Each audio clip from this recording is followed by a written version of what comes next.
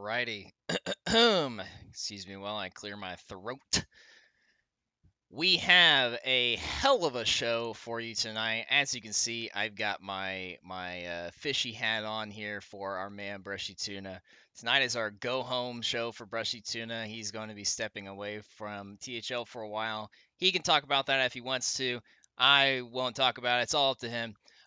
But let's start off with some quick introductions. We are on episode 6 of Around the Saloon. We have made it far, and with us tonight to defend his hard-fought after title is the man, the myth, the hat, Mr. RidiculousHat. How are you doing tonight?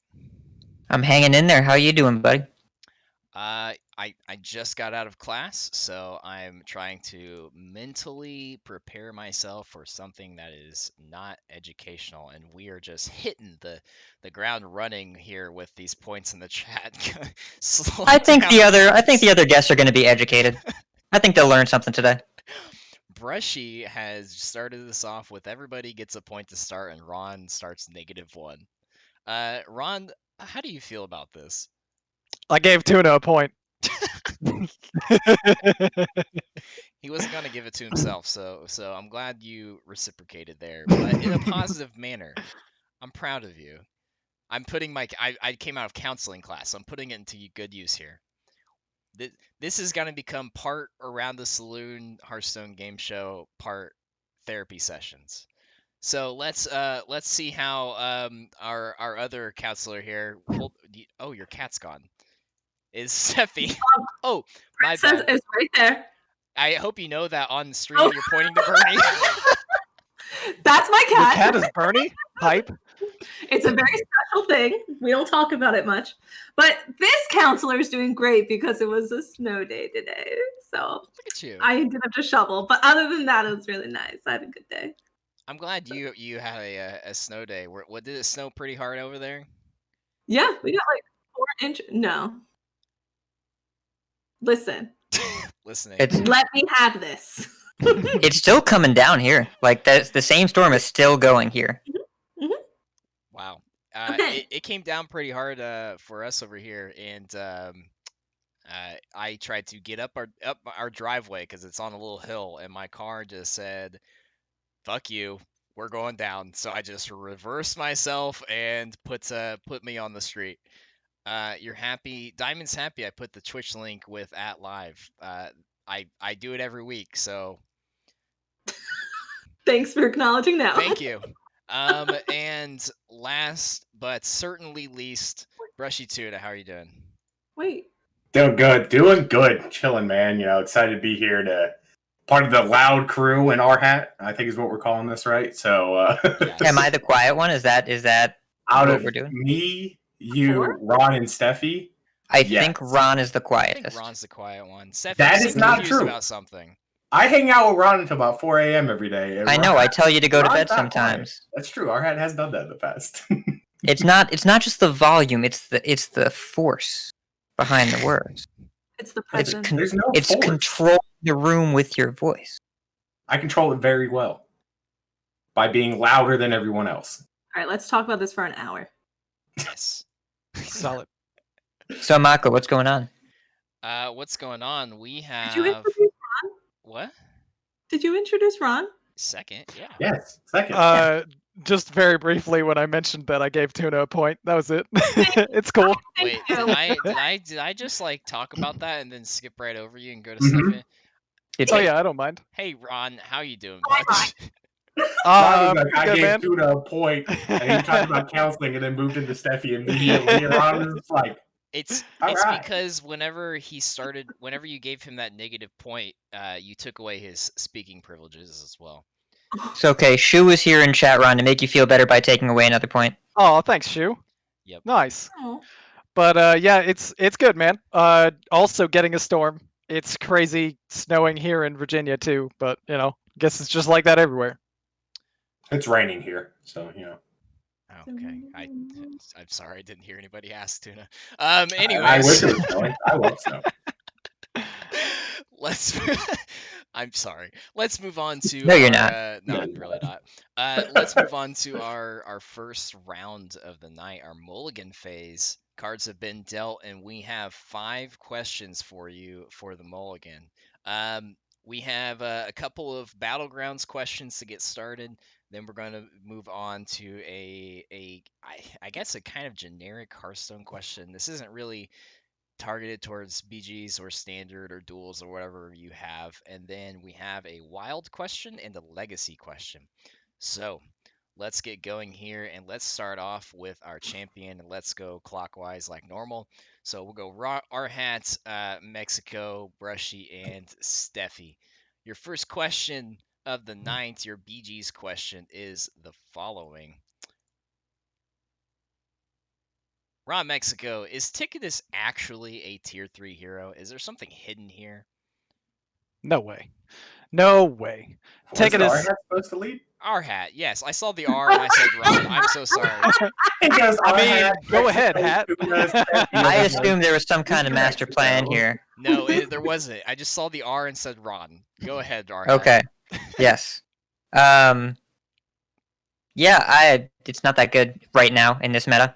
So the thing about this meta in BGs is that it's a power level meta, and slower heroes where the advantage doesn't really accumulate quickly, I think, are not really the way to go. You look at the top heroes, Elise number 1 because she encourages power leveling. You've got, Rafam, Maiev, etc. They're really good at either defending their life total while they're leveling or getting an advantage by leveling. And Ticketus doesn't really do that. He just kind of doubles up on the advantage that every other hero gets through the Darkwing prizes. You can't really build around those, right? You can't plan on what you're going to get.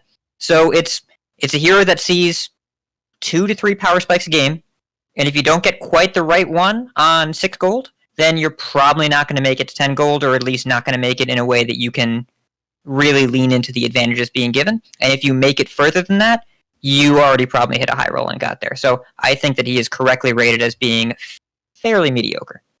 Okay. Now the correct R name, RonMexico.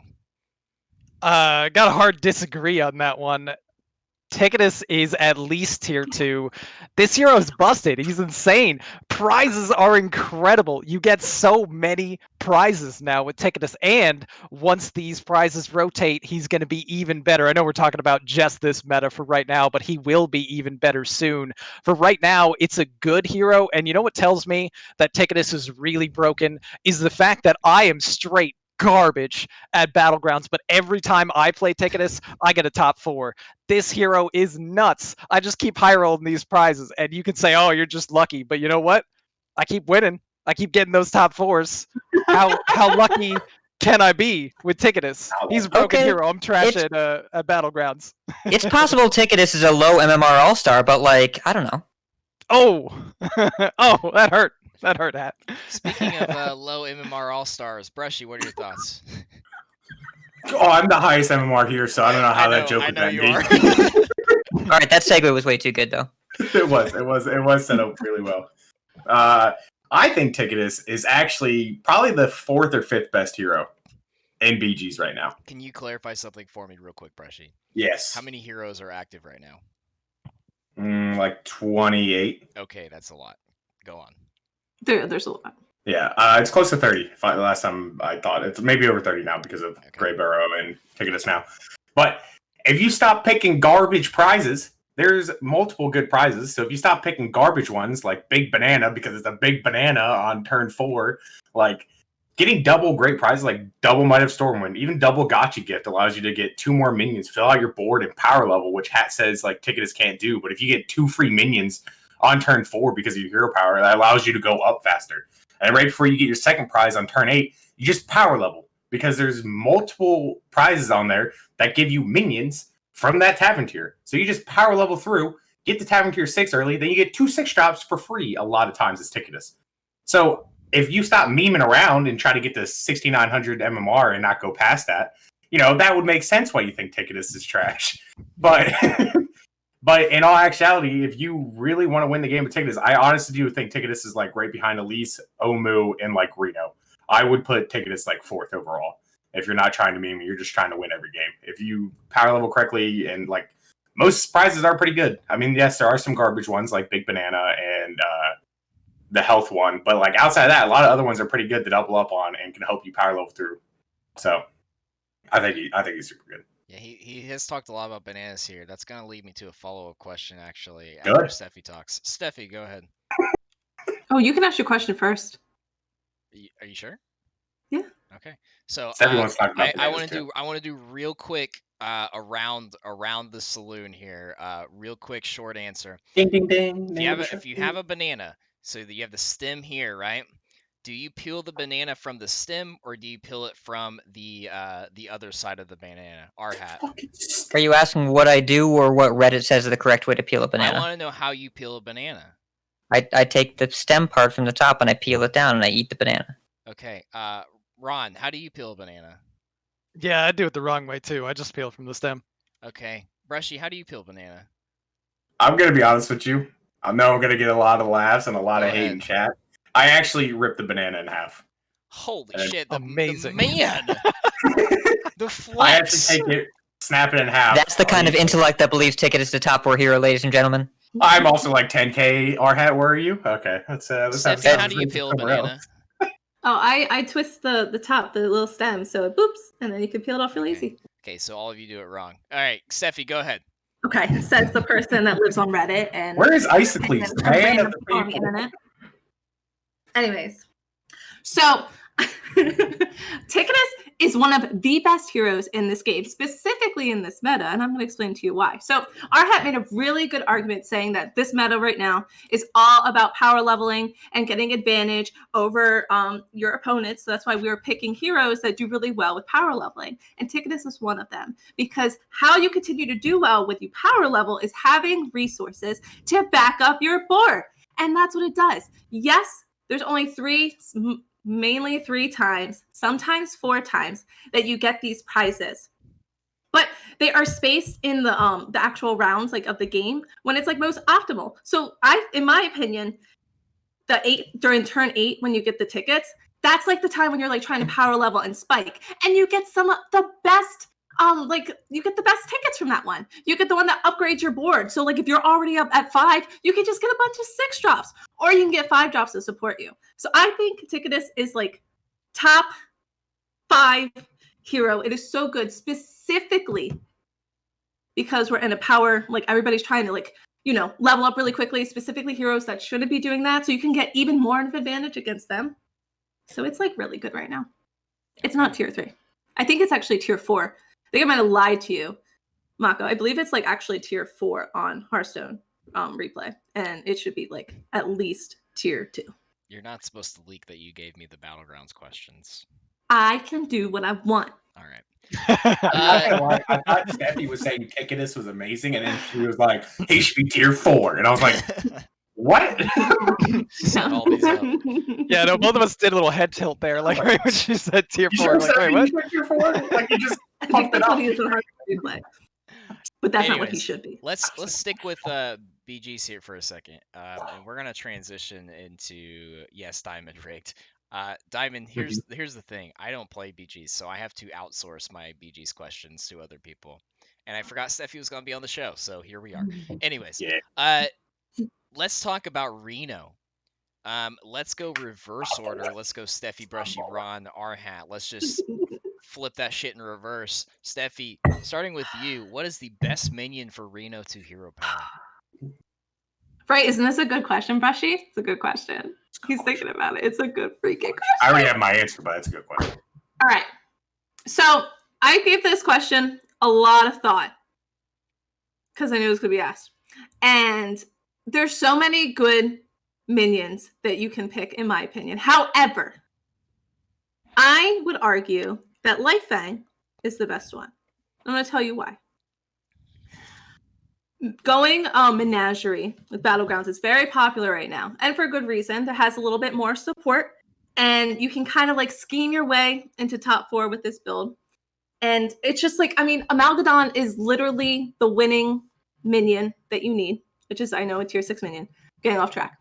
But Lifefang allows your board, like when you're Reno, typically you are trying to kind of power level there because the best minions are 5 or 6, and that's what you want to gold in anyways. Unless you want to go Demon, which some people will probably say that they want to do that with the 1-3, but I don't think that's the way I don't think that's the strat. I see people do it all the time. I don't think it's the strat. Life Fang is the strat, because when you get that, ideally, hopefully by like turn 6, turn 7 of like ramping, going like power leveling, you get it. You have like 6 minions on your board. Hopefully at that point you have 4 different types, and then they all get +4 every single turn, and that is just chef's kiss. It's just it's hard to beat. I feel like there's only one build that could potentially beat it. I'm not gonna say what it is, but I think Menagerie is probably one of the strongest way to go. Second strongest way to go. And I think it's more consistent. It's easier to go. It's easier to go Menagerie, so it just makes sense to get Life Fang to support that. All right, Brushy, thoughts? I'm gonna go on the kind of same train to say it's a Menagerie minion, but I'm gonna go a different one. I'm gonna say Mithrax. Ooh. Because Mithrax gains a ton of stats on their own and allows you to transition easier into other comps or into a better Menagerie. Because usually by the time you hit Life Fang, if you do hit Life Fang on time and then you golden it, you're probably going to sell off 90% of your board, because your board is a bunch of crap that you bought in the first 6 turns of the game. So Mithrax at least scales on its own, can solo fights on its own, and then say you level up to 6 and find 2 Caligoses. Now you can switch to dragons and still have like an 80, 120 Mithrax chilling on your board that you got to keep for a while. But if you find 2 Caligoses with a Light Fang, that Light Fang's really not going to hold up as much, and it's going to be garbage. So I'm going to go Mithrax, because you don't have to have these crappy minions with you forever, allows you to transition, and it can just solo fights. So easy. But would the minions be crappy anymore if they keep getting +4/+4 each turn? Because then it's just a stats game. Yes. There's still crappy minions, just with stats. Some of them are, but I think some of them are much better with the stats, which just make them better. Because that minion that you're arguing is just a stat minion. It's all about having stats. Only that one, it's diluted to 1 minion, versus with Life Fang, it's spread across your board. So you're not just relying on 1 minion and then hoping that you get 2 Caligoses. You can transition to anything. I was just using dragons as an example. Dragons are a good pick, though. Okay, so I actually do have a follow-up question. I'm glad you guys got into stats and stuff there. Would the plural of Caligos be Caligi or Caligese? Yeah. Caligese is correct, yes. Okay. Caligese. I definitely support Caligese here. Okay. Mr. Mexico. The best minion for Reno to hero power? All right, well, I got 2 answers for this, and the first one is a meme answer, and that goes out to my boy, the Big Ted. It is Yo-Ho Ogre, all right? Especially if you already have a Gold Grubber on the board. But in all seriousness, there's only one answer to this question, and it's Bran, okay? We always force Murlocs. We always get the Golden Bran, and we just go nuts with scaling, okay? We find the Bran, we make it gold. All our battle cries are now completely insane. It's a poison Murloc. It's a discover Murloc. That's more poison. That's more stats. There's some more poison. That's some more stats and adapts on an Amalgadon. It's insane. I mean, you can't beat it. Okay. You guys want to hear the Yo-Ho story? I do. Sure. So Ron, playing BGs. Yeah. Okay. So hold up. I gotta. Do you still have the picture? Do you still have the picture of it? There's evidence? Yes. No, I don't think I do still have the picture anymore. Well, but this is a while ago. You know, I'm really bad at Battlegrounds. This has been established. One time when I was playing Battlegrounds, I had a Gold Grubber on my board. I had Reno, and I'm like, wait, maybe it doesn't work with the Gold Grubber. Like, he doesn't actually scale himself, so I just golded the Yo-Ho instead. It was a moment of genius, I think. You know, and it paid off to the tune of like a 6th place. Can you walk back that sentence real quick just so I follow it? Yeah, Ron thought the Gold Grubber didn't scale himself, so he golden a different minion. Yeah. Instead. And the minion is a 2/5. I guess at the time it was a 2/8. Yeah. Mm-hmm. And so that became a 4/16. Mm-hmm. Oh yeah, with that 4/16 was sweet. with no inherent scaling in the Yo-Ho. Nope. Indeed, yes. Okay. I just want to make sure. Sitting right next to it, not golden. Yeah.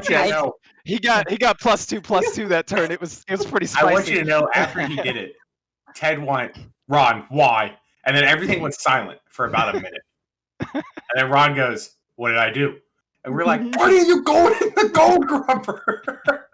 And everything goes silent for like 30 more seconds. And he goes, "Oh, I should have gone in that minion."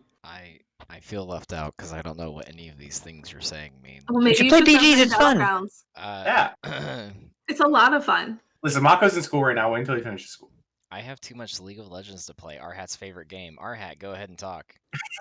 Yeah, that's not a game, it's a lifestyle. It's a lifestyle for misanthropes. So anyways, alright. If you are good at the game, Mhm. like 10k MMR plus, and you don't mind using Windows Firewall, the correct answer is Khadgar. I hate using Windows Firewall. It depends what minions are in play. Okay. But I mean, Ron said Bran, and we know that depends on do Murlocs exist or not. Because our answers. Okay, I understand you're both if into Murlocs aren't Menagerie. in the lobby, we concede and we re-roll the lobby. Come on. No. Then you wait for the Yoho, obviously. But okay, so you have to do a tier 5 scaling minion if it's not Khadgar. And the answer is not Wrathweaver. I do like the Menagerie strat. I think the Menagerie strat is like Lightfang is one of the better answers. The answer I'm going to pick is a little bit different. And outside of Khadgar, I am not good enough for disconnect stuff. Like, I'm not dog, whatever. The biggest gulf between hitting the golden and not hitting the golden is Nomi. And so I think that hitting the Nomi, if you triple into it, Nomi is the scaling minion that really adds value if you can stay alive. And Nomi versus golden Nomi, if you triple into it on 4, then that extra 4/4 stats actually does matter when it's on the board, and you scale so much faster, your elementals get so much bigger, whereas if you just hit one Nomi and don't find another one, and you're scaling off of tier 1 and tier 2 elementals, you can still fall behind the people that hit better triples, but if you have the golden Nomi, you're not likely to. I think that's the biggest gap between hitting the golden and not hitting it when you're on Reno and when you're not, so I'm going to pick that one, even though I think the Lightfang choice is perfectly defensible, and I think that Ron is adorable. Alrighty. Let's get out of battlegrounds here. Oh, thank God. Ron with Ron's like, the All right, guys, thanks for having me on the show. This has been fun. I should Steffi actually. doesn't know any of these questions, chat, by the way. She didn't make these ones up. So I didn't make these it's ones. a fair level ground. I should clarify here. This next question is battlegrounds if you want it to be. This is your choice. So I want to talk a little bit about streamers. This is something we haven't talked about on the show before. Not you, Brushy. I'm sorry. No, I was gonna roast Ron about his non-streaming ass. You know, just not streaming at all. So I want to talk about streamers that are good to watch as you're learning the game, or not even as you're learning, but if you're trying to improve. I remember when I came back from like a 3-year hiatus at the beginning of, or in the middle of Kobolds, all I watched was Brian Kibler, and I learned a lot about trades and that kind of stuff, but I did not learn a lot when it came to playing appropriate decks. And I was building a lot of wacky decks at the time and spending all of my gold on weird shit. So my question for you, and you can take this in the route of standard, or you can take this in the route of BGs. I'm not going to put you in a tunnel here. And let's start with Ron. Who is the best streamer to watch in order to improve? That's a good question. That's a really good question. Honestly, I feel like it really depends on your starting level of where you're at skill-wise in Hearthstone. And I would lead off still actually with Kibler, because Kibler happened to be the person that I learned how to play Hearthstone from as well. Like if you're at a higher skill level, then you don't want to stick with Kibler because he likes playing meme stuff and he's not going to get you to like a higher competitive level. But past that, you need to find someone who's just a little bit better at Hearthstone, as far as like playing the competitive stuff and trying to climb to the top part of the ladder. And you know what? I got a platform here. I'm just gonna boost myself. So you know what? There's a streamer out there called RonMexico HS. You should watch him. He talks through all of his plays and what he's doing. It's amazing. He's got a wide variety of decks that. So RHat, what are your thoughts? And Soul Demon Hunter. Let me check something real quick. How long you been offline, Ron? Yeah, like beyond me. If you're looking for like really high level gameplay, then just look at like the top 200 people and people who are friendly and interactive and engage with their audience a lot. Like LiquidOx is really, really good. He's in THL. He's incredible. Also, yeah, like what Diamond is saying in chat, McBannerface too. Really good streamer. There's a lot out there. You can't go wrong, honestly, just looking at the top 200 and like who's streaming. Check them out briefly, see if they fit your speed, and then if you like them, stick with it. If you don't, if you're not learning enough from them, move on to someone else in the top 200 and keep going. RHat. Yeah, Ron last streamed on the 28th, before that the 18th. So I don't know. I feel like there are some gaps in my education there. Consistency. Gaps in my wallet from not watching someone. Yeah. Seriously. Let Brushy give you money. Yeah, it's all, Let I Brushy need do one it. more sub, Ron. That's all I you need to gotta give do. one Oh, yeah, more you're right. sub. My Stephieee sub actually re-upped today because I got a notification. So, and speaking of someone who I haven't seen stream in a while. Anyways, RHat, go ahead. So I generally believe that if you want to improve as a player, YouTube is probably a better tool than Twitch most of the time. With that being said, there are a bunch of options for standard. For standard, generally it's a good idea to watch someone that's good at a deck that explains themselves. I think McBannerface is my top pick here. He's really great. No Hands Gamer, also exceptional. Really, really great player. Walks through his plays. I like hearing how Eggo Waffle vocalizes his thoughts. I think that he's very good at it. And when Ron streams, I like watching Ron.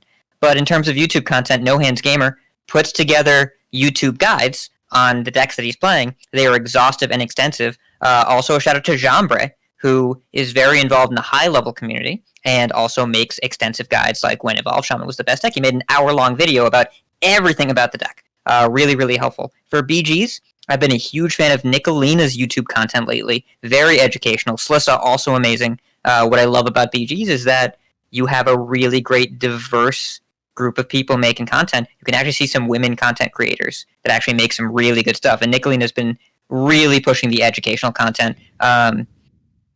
Yeah, I used to like watching Bebe, but he moved on to TFT, and I'm sad now. Brushy. RHat stole a lot of mine. Let me think. Bro, You you can can do do the same. No one's no. stopping you. No, I refuse. Well, he stole my BG's one, but not my standard. For standard, I actually think it's Firebat. I think is actually a very good streamer to watch right now because he's kind of like trying to revamp his whole contact to make sure he like connects with his chat, and he really like right before he does everything, like on his opponent's turns, he's talking about what he plans on doing. Like he's really talking about, okay, my opponent is on this deck. They're on Bomb Warrior. I'm on this. Like he breaks down his game plan, his counter game plan, and each turn he really breaks down why he did this, why he thinks or why he did this because of his opponent's line of play, or like what he thinks is in his opponent's hand. He's really developed himself as like a brand new streamer and helping a lot of people come back into it. And he has a lot of that knowledge from the top end at GMs, world champions. So he's got a plethora of knowledge, and he's really using his platform nowadays to hand that information that he has off to the next up and coming like Hearthstone champion. And he loves it. He said, I was in one of his chat when he said he absolutely loves that maybe his information could get someone there. He has a picture on his fridge for one of his viewers that said they'll never reach legend. Then they reach legend. It's literally on his fridge. Like he loves his chat. He loves to make sure that they get all the information. And he's really pushing for it. And then for BGs, I was going to say Salissa, because she really breaks down each turn, why she bought things, why she didn't buy things, why she froze. You know, her Twitch and her YouTube are the same educational for most of the stream until she starts drinking some wine later on, about 8 hours in. But From a can. From a can, true. Sometimes. That's a compliment, by the way. Yeah. But anyways, but she breaks down why she's doing this, why she wanted to, like, she breaks down every turn, and it breaks down to a basic level where if you, I think we're already playing BGs and you're at like 9, 10K and you're trying to break through that barrier, I actually think you watch Dog, because Dog, like goes at like a faster speed and like breaks it down at like why like at this MMR you need to do these things, and like he teaches you the crazy transitions that like not a lot of streamers like to push. Like I learned the Khadgar transition from him. I learned how to, when I first started playing BGs, I learned how to do those hard transitions where I'm Murlocs, but now all of a sudden I'm Dragons a turn later. So if you want like the next level hard stuff, I think you go watch Dog. But I think if you just want overall education for BGs, you go watch Salissa. Okay. I adore me some Firebat. Stephieee. So I know we like to joke that I'm like the BG's player and like that's my thing, but I still do try to keep semi up with the standard world. And one streamer who I consistently watch time and time again, who's standard, and honestly makes me feel like I'm still in the loop, even though I'm not playing as consistently like as I used to back in the day, is Pizza HS. I think he's absolutely incredible. He is firstly, the atmosphere of his stream is very inviting. It's a healthy environment. And he talks through all of his plays and why he does it. And he doesn't get frustrated at people for asking questions. I feel like that's really important because especially as somebody who might not know like what to do or are new to the game, it could be intimidating to like reach out and ask for help. And he is a well enough known player that a good amount of people watch him, but not too big where he's still very interactive with chat and he wants to answer questions and he wants to help people become better players.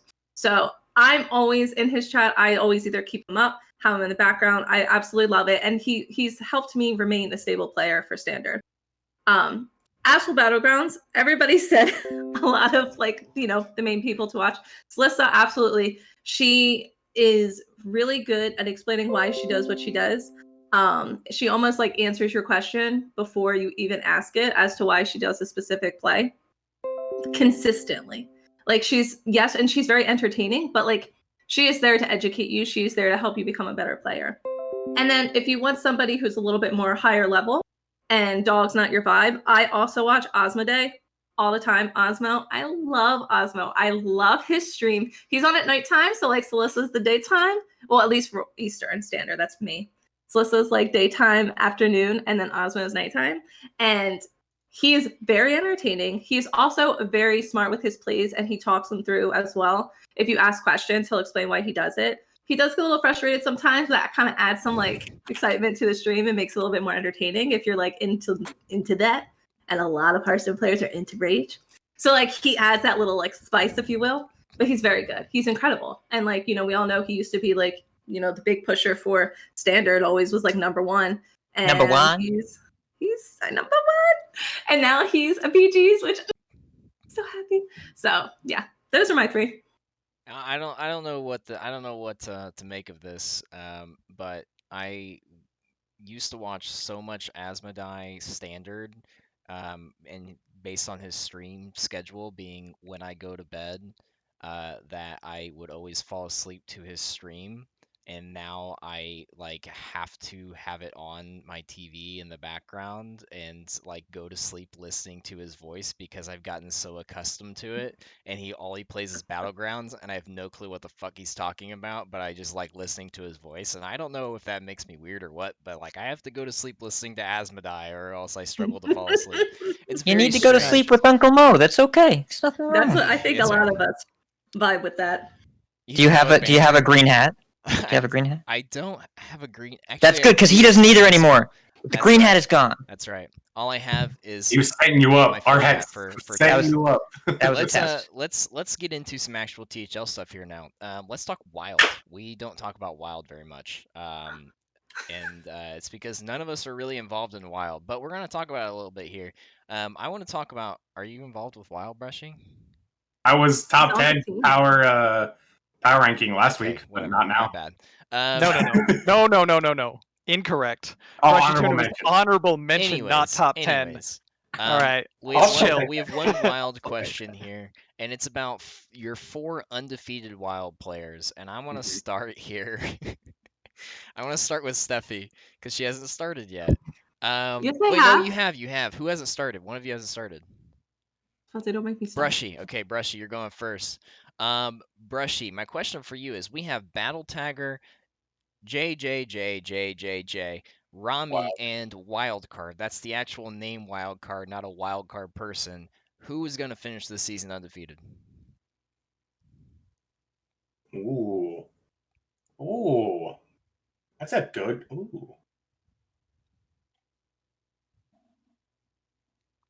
I'm gonna go wild card. I no. I got the honor of playing wild card this past week in Wild, and his knowledge and the certain like maneuvers and certain play styles that he does compared to just about everyone else I've played in Wild is at an understanding, I think, a little higher than the average THL player. And the way that he maneuver out certain combos that there's just like no way he could have thought I had all of them by turn, like all my pieces by like turn 4 and stuff like that. And the way he played mirrors, the way they did a lot of things, the way he played a Highlander deck against my Bomb Warrior, like he knew like what he had to do. He knew like his ins and outs, the ways to win, the ways to take back the game. His overall knowledge of Wild was absolutely insane and absolutely a delight to sit across the Hearthstone battleground from him and sling some cards against him. I think he'll take it. I think the second runner up, honestly, is Battle Tagger. I also put his knowledge up there with wild cards, but actually getting to play, like I've only seen things of Battle Tagger, but actually now getting to play against wild card is the only reason that I'm personally putting wild card as the undefeated person above the rest. All right, RHat, who you got? So, I do think Wildcard is a great guy, great player, really good, communication, really good game knowledge. He's expressed some pretty significant dissatisfaction with Blizzard's handling of the Wild format and has committed to not spending more money and not laddering. So I don't know that I can commit to him being undefeated, even though I do believe the skill set is there. However, Battle Tagger finished in Wild, rank 6 last month. Overall, pretty high finish. So of course, I'm going Rami. Because I love an underdog. Because I think Battle Tagger is great, but also ladder success does not necessarily translate to THL success, and vice versa. I know that because, I won the first season of Wild, and I definitely did not have ladder success. And I just like Rami. He's just a really nice guy, and is really big in the mental health aspect of the game, and I don't know. I love seeing disruption to the establishment, and Rami is an outsider of the Wild establishment, looking to bring change to the world. Are we taking Rami to the moon? Let's have Rami respond to my Discord message so I can play him this week. But Rami's bringing the moon to us. Stephieee, what are your thoughts? All right, hear me out. Here you go. 3-0. Okay.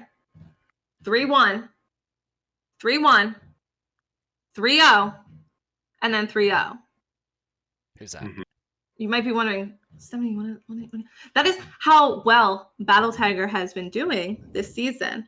So I know that RHat said, sometimes it doesn't translate with our ladder finishes to how we perform. I like somebody that can show up and can perform and prove it. We like data. RHat, you like data. Look at you, little kid. You like data. And I feel like that data, have the of same course, finish. They might, but I also like his name. And so that also helps him. I have biases.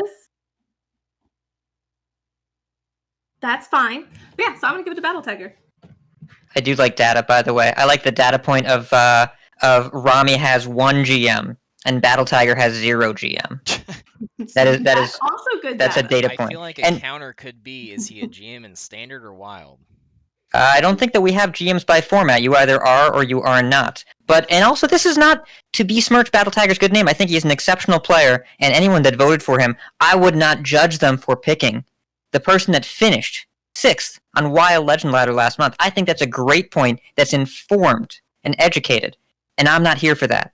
I'm here to make bold statements. I'm not here to play, I'm here to win. That's Okay. what I'm saying. All right, calm down, Bucko. Lil Ninko, yes, Wildcard is a person. RonMexico.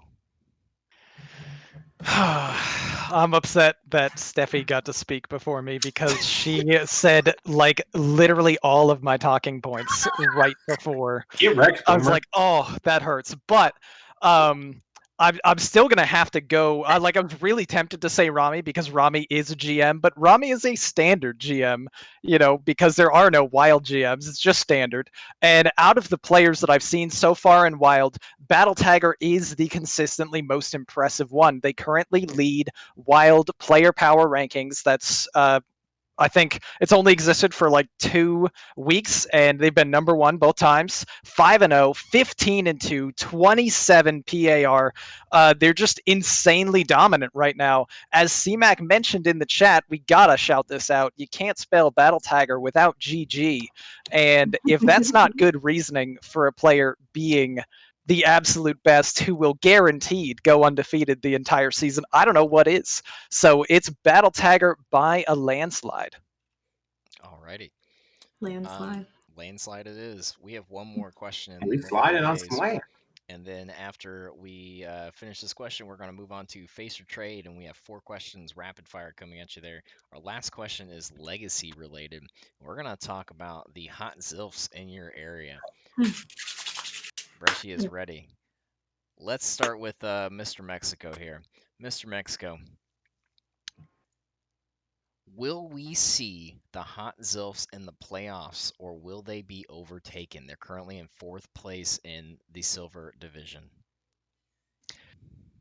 They are going to get overtaken. They're not going to be able to hold it together. Honestly, this entire team has been propped up entirely by the success of Donde. And Donde sitting at 5-1. Well, first off, he's playing Mako this week, so that's a loss.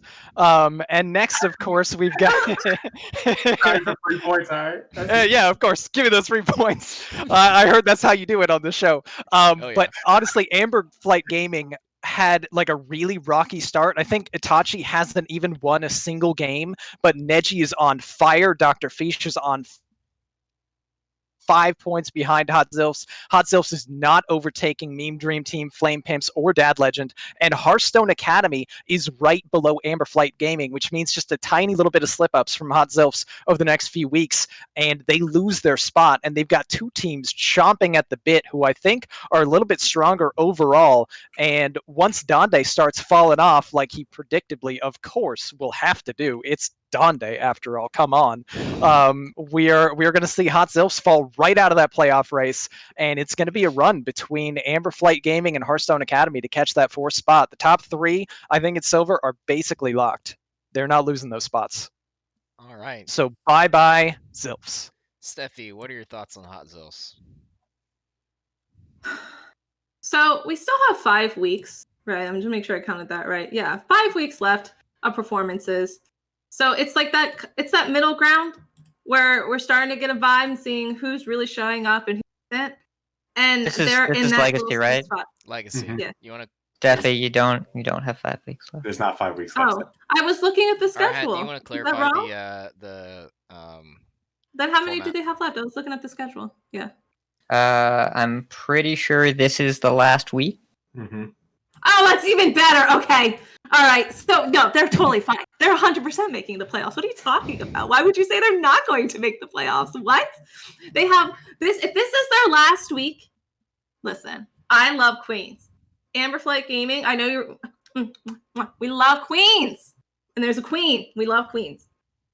But they have not been performing to the potential. And that is the one that they're right below. What is it? 86, 81? Make sure I got the points Yes, right. that's 86, correct. 81. It's very close.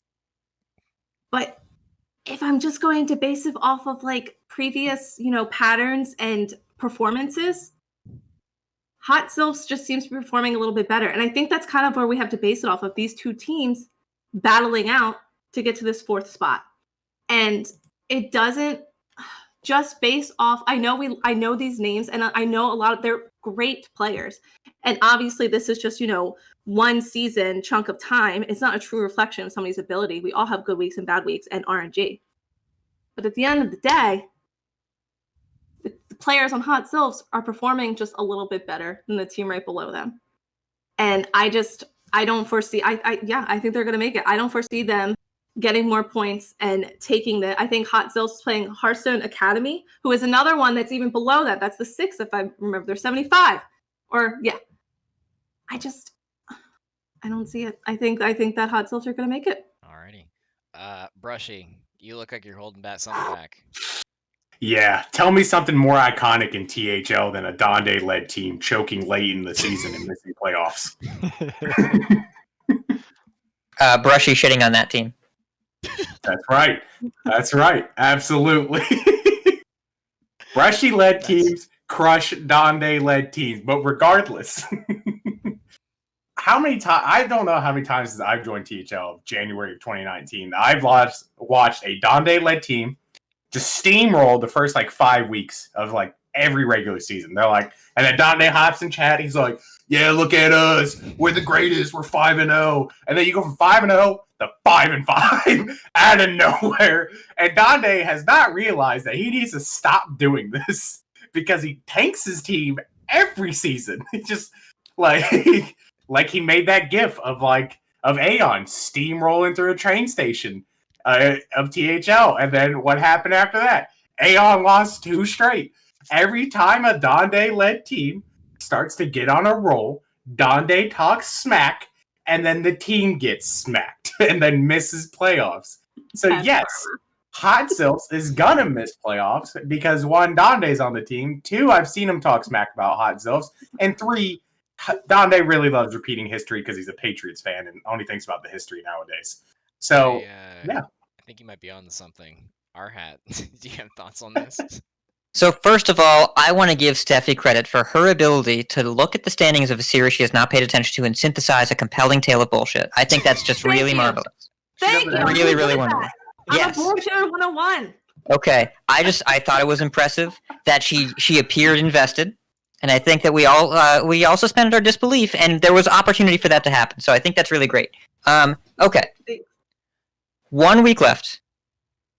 Do you know who Amber Flight Gaming is playing against this week? They're playing against Meme Dream Team. They're number 1. So Hot Sills has to just barely keep parity with their opponent this week of HSA, assuming that Meme Dream Team, who is the number 1 6-0 undefeated team in the Silver Conference, can hold it down over AFG. And I think that's the case. Clone in the 2, Interval in the 3, Well Played in the 5 all have very favorable matchups. You look at Zills versus HSA. I love a lot of the players in HSA. Sharkbait, I assume, is going to get subbed this week, and congratulations to her. She became a mom. Congrats. She But- is not. I don't think so. At least she played her match last week by choice. So It's in that case. I am very Congratulations. impressed by that. That is impressive. But also, I don't know how much sleep she's getting. So I think there's. Jim is on my hero team. I love Jim. Big fan. And Jim versus Sharkbait's going to be a great match, but I have to give the edge to Jim there. And Boozy, poor Boozy in the 4, has not been as involved in Hearthstone lately. If this was a Legends of Runeterra match, I would bet on him all the time. But my boy Boozy his attention is elsewhere. I think that Zilfs will be able to get enough points, even though Dande is not a huge fan of this meta, and by that I mean he's called it a dumpster fire multiple times within the past 48 hours. Don't know if Dande will hold it down. I think that Coles versus Based in the 1 is tough, but I think that Zilfs will get enough points, and Meme Dream Team will play Meme Dream Killer over AFG, and will be able to secure Zilfs the top spot, or the bottom spot in Silver, so they can get eliminated in the wildcard round of the playoffs as nature intended. Okay. Well, with that, He said basically exactly what I said. yeah, but he Yeah. said it more smartly. more No, I'm smartly. saying he's- Good job, bud. he- I With purposely that, said it. with that, See, the thing is, Fleet I went Ice- 4th, so I had more time to synthesize my bullshit. That's fair. I hear that. My With bullshit that- was actually just bullshit. All right, let's keep talking. Yeah, go ahead. Solid. Keep reducing your points by interrupting me, please. Go on. I don't have that Keep many. going? Don't think I. Okay. I was probably had positive points anyways. Anyways, with that assault on Dande, we're moving on to our face or trade round. This is our last round before 2 people get eliminated. In this one, we're looking at more All right. rapid fire answers. Everyone still gets to respond, but they are going to answer in a shorter amount of time than before. They don't have clocks, so I'm just going to trust them here. All right. With face or trade, they are going to be given a statement instead of a question this time. And then they have the option of going face, which means that they agree, or trade, which means that they disagree with this statement. And with that, we have your first face or trade statement, and it is Battlegrounds related. And we're talking Dargans here. So let's start off with the man who is so excited to have Battlegrounds questions that he's just chomping at the bit to answer them. RonMexico, face or trade? Dragons are the most consistent minion type in Battlegrounds. Migo face. Sorry, what's the question? Oh, okay, yeah. Dragons are the most consistent minion type. Yeah, Migo face. Look, dragons are amazing. When you spike that Calicos and you just scale like crazy, like it's easy, okay? I don't know how many times we've already said it, proven it on this stream alone. I'm terrible at Battlegrounds, but when I get dragons, I get first place because dragons are busted. You spike the Calicos, you buy the Battlecry minions. It's easy. It's easy as hell. All you do is keep one spot open and have a bunch of dragons on the board, and you just sell. Oh, there's a Battlecry. Let me buy it. They're all buffed now. Let me sell that. Let me buy another one. Oh, cool. They keep getting buffed. Oh, now I'm gonna level to 6 and I'm gonna find the thing that gives all these dragons divine shield. Oh sweet, now I beat all the poison murloc comps too. Like, I don't know anything about Battlegrounds, I'm bad at it, but I get first place with dragons. That means they're busted as hell. Dragons, way super consistent. Face. All right, Stephieee, face trade. Oh, face. Face is the place with this one. So dragons are user friendly. They are very consistent amongst all tiers. They are user friendly. Let me tell you why. No, You can I just thought that was a funny way to say it. It's true. You can be like pro level, resetting your internet. I don't use dragons. I work with them. They're user friendly, and like I'm saying, when I mean any skill, we have all different skill levels here of Battlegrounds, and we all could efficiently get first place with dragons, specifically because it's dragons. And what I was going to say, the higher level players, they could do their Khadgar shenanigans and get like double of their their Caligooses. Okay, you can get some Amalgadaddies, get your Nadina, boom, win. Yeah. Or if you're like you're playing normally, you're like you're ramming, going up. There's just it's such a consistent minion type amongst all of the tiers. Like there's a couple bad dragons, but maybe one or two. Consistently, there's some of the better minion choices to pick. So it just makes sense. Yeah, absolutely. Face. All right, BrushyTuna, face trade. We go face! Taking Ron's personality here of the hunter and going face. Yeah, so let me explain why dragons are consistent, rather than just explaining that I'm bad at BGs and I can get first place with dragons. So, with dragon comps, you're looking for two minions. The Caligis, and Nadina. Right? That's it. And then Battlecries, which is just any minion. Does not matter. So you can turn your crappy Red Whelps, Dragon Ball Lieutenants, and all kinds of stuff into giant monsters of dragons because you only need one minion to scale. That's the Caligos. Every other comp needs a lot of revolving and moving pieces in order to keep its stats up, in order to give him the poisons, and in order to give him everything to fight dragons. Dragon needs 2 tier 6 minions, and they're good. They're gonna crush the lobby because of it. Because then you can just buy whatever. It doesn't matter what you buy after that. Oh, I got 5 dragons in Nadina and a Battlecry spot. Doesn't matter. As long as you hit your Caligos, then you find your Nadina, you'll win every lobby. All the other minion types just have 800 moving pieces that you have to look for, roll extra for, where once you hit the Caligos with dragons, your rolls become very limited because you're looking for one thing, Battlecries, and you're done. So it's just so easy to understand what you're doing. It's so easy that you don't even have to sell things off. Like I said, you can turn your Tavern Tier 1 Red Whelp into a 52, 58 monster of a thing. So yeah, they're the most consistent because they are the most down-to-earth, easiest comp to play in BGs. Okay. Yeah, well said, Tuna. Nice. Enlightening. Do you want me to explain more, Ron? I can explain why Murlocs are bad. Do you want me to do that? No, I'm good. Please, spare me. Go ahead, R-Hat. I am instantly trading, and I will trade all day, every day, because your question was not the best minion type. Your question's the most consistent. The only one that's in all games you play are taunts. Taunts will consistently get you 8th place. Over 60% of the time. Over 60% of the time. It's not a minion type. It's a composition. It's a taunt type. Okay. Neutrals. Neutrals, the Tyrian tribe. The Tyrian tribe, right? Show me your disciples of Cthulhu. Show me your heroes, your champions of Yasharaj. Get them in there.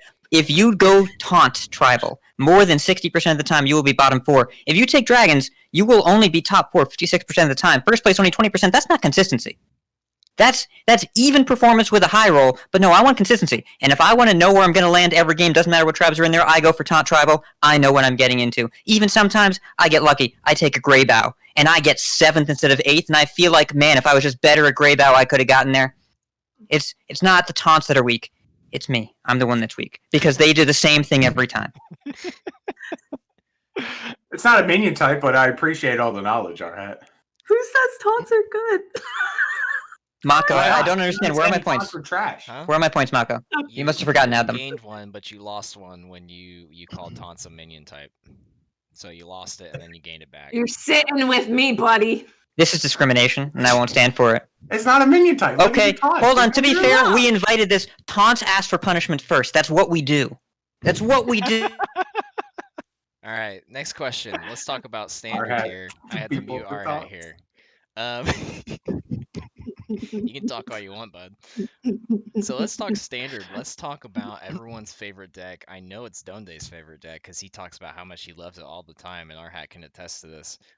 Ramp Paladin. As someone who I actually do love playing Ramp Paladin. I don't know what that says about me.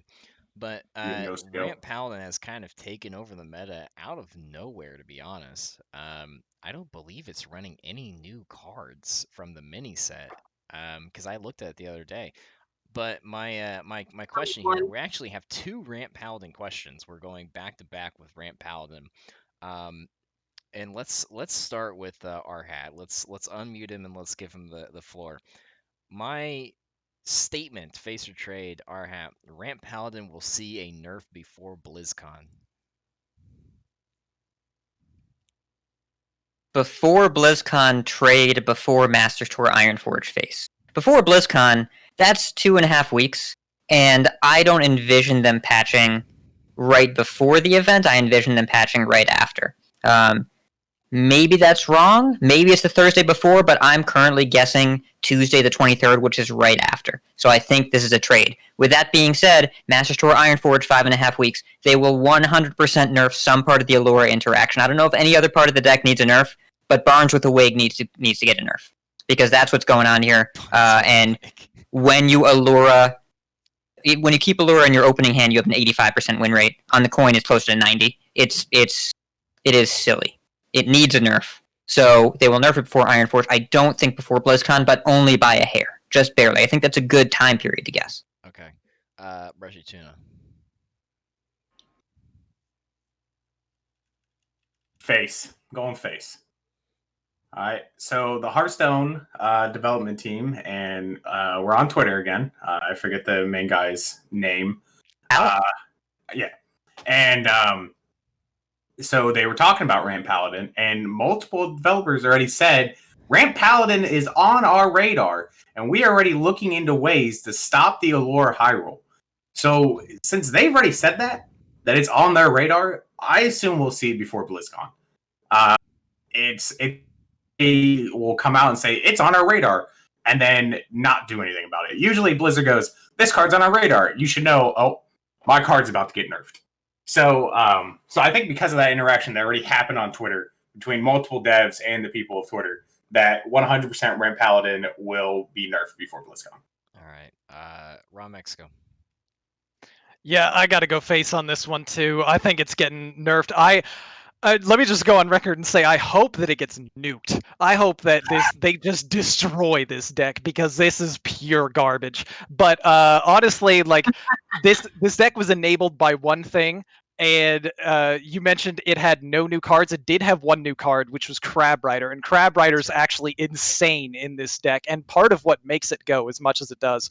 But I think it's face. We got to say it's going to get nerfed in the next couple weeks because, again, like Tuna actually mentioned, it has been already brought up by the community at large. The devs have addressed it, and if we look at previous history of them like addressing a card and saying, hey, this is maybe a problem, like one of the last things it was Turtle Mage, right? And Turtle Mage, they had the same kind of overall, people lose their minds playing against this deck because it drives them so insane. And when a deck like that exists in the meta, I don't think it's healthy overall for the perception of Hearthstone. So I think the devs want to go a little bit faster and just try to get that out of there quicker so that people aren't just, bashing on Hearthstone being this pure just RNG fiesta, like, oh, this is no skill, this is trash, I hate this game, like, so on. They don't want a lot of that floating around any longer than they can control it, so they're going to nerf it soon. Alrighty, Stephieee. Talk about all Steffi, your do you know interactions what we're with Ramp talking about? Paladins. I'm gonna say face. They are gonna nerf it before BlizzCon. And the reason why I think they're going to nerf it before BlizzCon is because this deck is fucking awful. And it is annoying. And it is just literally the bane of my existence. And I hate seeing it. And so I'm just speaking it into existence that they are going to nerf it as soon as possible. So face. That was well argued. Yeah. Way to bullshit 10% of everything that everyone else just said and just repeat it as your point. Hold Can up, you hold name? up. Can you I'm gonna name check four it right cards? now. Can you Can you name name 10 four cards? cards in Ramp Paladin? Name 4 cards. Okay, I'm not good with like name names, but I can Close tell you your what eyes. Close I your can eyes. tell you what they do. Close your eyes. So it's the paladin girl that she's the spell burst. So when you play a spell afterwards, or you play a spell, then she summons a spell, random spell in your deck. Her. There is the Murloc spell that summons 7 Murlocs from your deck. There are 1,000 Murlocs that are in your fucking deck. There's the clown. What is that fucking clown's name? What's the clown's name? What's I'm the clown? convinced. We can move on. Yeah. All right. So, Okay, you okay? I've experienced it. I have. I need water. You did. You know what? In your defense, you I had did to move up tell anything. me not too long ago that you were playing more standard. I actually am. So if you guys want to play together and help me get better at it, yeah, I So have been there playing you more. I want to like voice call with you and hear you get mad at decks. Like that sounds really entertaining. You know what, RHat? Yeah. I think you know what would be better is if she just streamed it instead of voice called it. So then my Ah! Wow. I heard Stephieee hasn't streamed in a long time and someone's subs crazy, coming up. right? Mako, can you Yeah. give yourself a point? I'm working on it, bud. Let's move on to another Ramp Paladin question.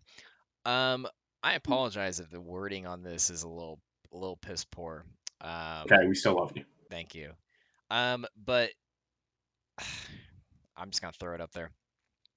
Face or trade, BrushyTuna. Ramp Paladin introduces a new style of play that is good for the game. Yo, trade! Get that question out of my face! Yeah, I love 0% skill and 0% try. Oh, I drew a lore. I got coin. I win! Woo! Hearthstone! Yeah, there's no counterplay. Like, you just get absolutely wrecked by your opponent, and there's nothing you can do. You can bring a deck that's theoretically good against it, and then you still just get high rolled on turn 4 consistently. I mean, RHat said it himself, the stats guy. The stats man handed to us from stat heaven even said that Allura on coin is almost a 90% win rate. I don't know, RHat. Don't look at me like that. I was making it up as I went, all right? But anyways, no, this is a horrible play experience to introduce into Hearthstone. I mean, people come here for cool card interactions, maybe some counterplay. You know, there's not too much. There is RNG involved in Hearthstone. That is inherently like Hearthstone, like that's been a thing since day one. That's something they push. Like people hate RNG sometimes, but if you're playing Hearthstone, you're accepting that you're going to get RNG rolled eventually. But having a deck that's tier 1 and crushing every other deck because all they do is just high roll one thing by turn 4, it's not healthy for the game. It causes people to be salty and be like, well, I mean, my deck wins unless they have the Allura high roll. All right, cool, good game. Leave. You know, so I hope things like this don't continue. I rather some back and forth, some actual trading. I believe any Hearthstone meta where trading of minions is like the best meta, like between like board states, if you're like trading between board states, that's the best Hearthstone meta to me personally. And that's what Hearthstone should really push for. Things that just insta win the game by 2-card combos should not exist in Hearthstone. It makes for too many feel bads and too many people don't want to play it, and then like your numbers go down. So I hope this does not continue for the future. RHat. So, okay, obviously this statement is a trade. Now, I think that it's closer to a value trade with maybe 1 minion going face. I would like to point out as you continue that I think that chat is comparing this way too much to the Barnes deck. No, this deck, as of right now, is Spiteful Paladin, except your Spiteful Summoners cost 4, right? That's a mana cost issue. And in particular, the Allure interaction is terrible. I don't agree with the RNG statements because, outside of the draw variance and outside the Allure thing, I think actually the Nas deck, when you just play Nas, then both players play out their hands at 10 mana, if that was a Tavern Brawl, that would be fun. Happening every so often, it's kind of fun. I actually don't even mind that part of the deck being a thing the last 2 months of the standard meta, except it's not good for the game because it's going to encourage a lot of players that want to do that to craft a legendary that's rotating out that's going to be terrible when they nerf Allura in 2.5 weeks. The deck is very expensive, and it's not going to be good for the games. Remember how many people crafted Zentimo for Galakron Shaman, and then Galakron Shaman got nerfed, and you still have that Zentimo because what are you going to do with it? That's going to happen again. That's not good for the game. Nozdormu's been around forever. Just giving both players 10 mana is never good for the player that has it, so the only reason this deck exists, on top of that, is because of the tip the scales interactions. So I don't think that is healthy. If we got to play Big Fatty Boom Boom Hearthstone, where go turn 4 to turn 10, sure, okay, maybe. But this particular incarnation, by just recruiting out tip the scales on turn 4 or 5, that's not great. I'm going to trade that. Okay. Ron.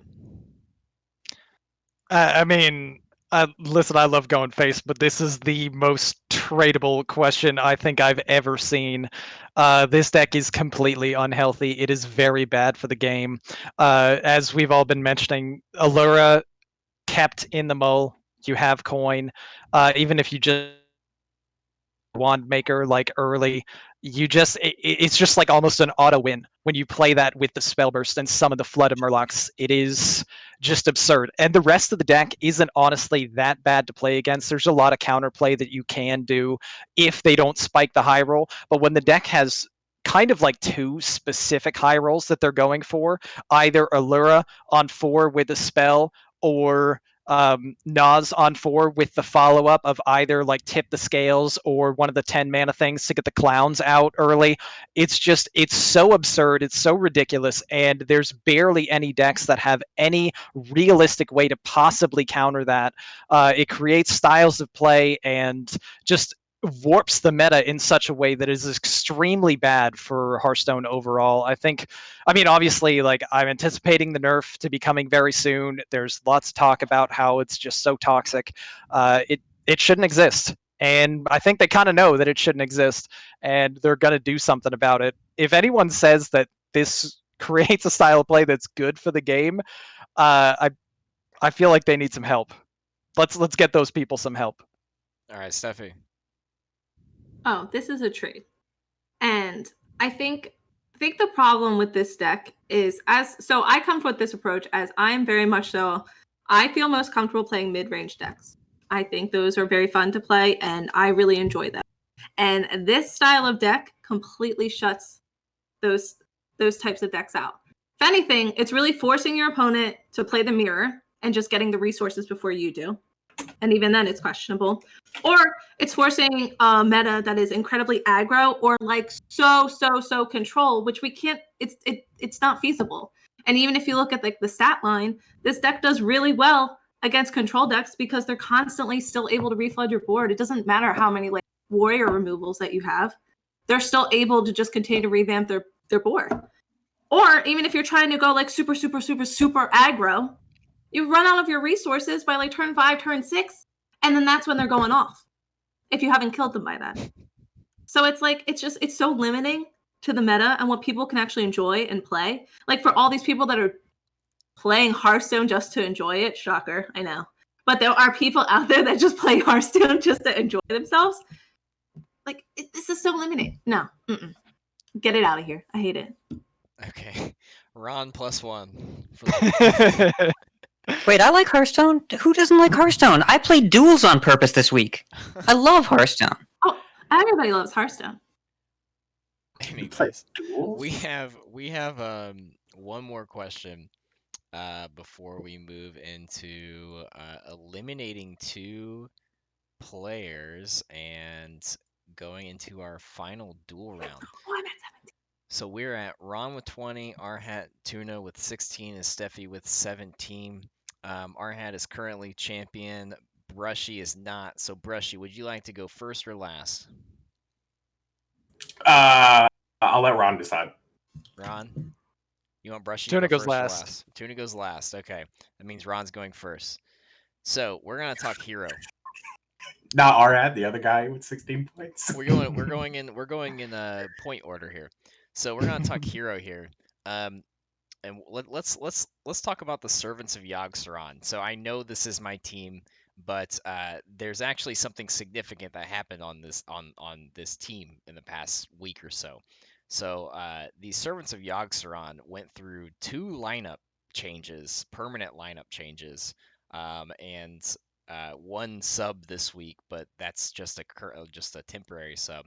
But the 2 seed and the 5 seed are permanent lineup changes. So let's talk about this, and let's start with Ron. The roster changes for Servants of Yogg-Saron will push them into playoffs. Ooh, wow. Okay. I'm gonna go face. Actually, I think that there's just enough, and it's not just pandering to Mako's team, although there is definitely some of that going on. There's no pandering here. I'm actually this is not something we see very often, so I want to hear your thoughts. No, I have legitimate thoughts on this because Harash is insane. Harash, I don't even think belongs as a 525. I think he's definitely a 550. Neji, if you haven't noticed, is leading crossover player standings. He is literally number 1, and he's only 4-2 in hero. Harash in the 2 seed. So Goose is the one. That's not permanent. Who's going to be just this week? Who's the 3? It's normally Marty. Marty B. Oh yeah. Okay, so Marty's an incredible player in his own right, and Goose, they're not going to miss a step there. Goose is playing against Tuna. Oh, nice. Okay, so that's a win for Goose then. We got Mako in the 4, who definitely holds it down really well, I think, for his PR in the 4. Brown stuff on your nose and there. Sunday, this is just honesty. Yeah, you could call it pandering, but Mako's actually a good player. In the 5 seed, we've got Sunday, who is a really good wild player and an unbelievable bargain, I think, at 60 PR, which is kind of insane. So I was looking at the hero standings, and I was looking at how these teams make playoffs right now. We have top 2 in each conference will make the playoffs, and then we have 2 at-larges, basically, which is most total points. So Vote of Some Confidence, Dad Legend, they're in for purple. Ask HS and Dab on them, probably in for teal. ATL and Tonk, almost certainly in for orange, which leaves a contest of pretty much Servants of Yogg-Saron at 75 points, No Pros here at 76, F2L Black at 72, and Transfer Students at 71. Fair and Balanced maybe has an outside shot, same with Feet of Cthulhu at 63 and 62, but it's pretty season winding down. I'm looking at the stretch run, and this team is so strong. ATL finally showed some cracks in the armor, by the way. I think Servants take them down this week for a big victory to gain those additional points that leverages that spot. They do have a bye coming up, which is going to hurt, but so do some of the other teams that are contending for them, namely Transfer Students. So it's a fight. It's kind of like a 3-way fight between No Pros here, F2L Black, and Servants of Yogg-Saron for which of these 2 out of these 3 I think are best positioned to make playoffs. And I think F2L makes it. I think No Pros here gets bounced. They're only 2-4. They're not the regular season terror that they used to be. And Servants of Yogg-Saron has reloaded in a major way. I think this team did make the necessary changes they need. They will make playoffs, and it's going to be exciting to watch. All right, RonMexico with the rapid fire there. Stephieee, go ahead.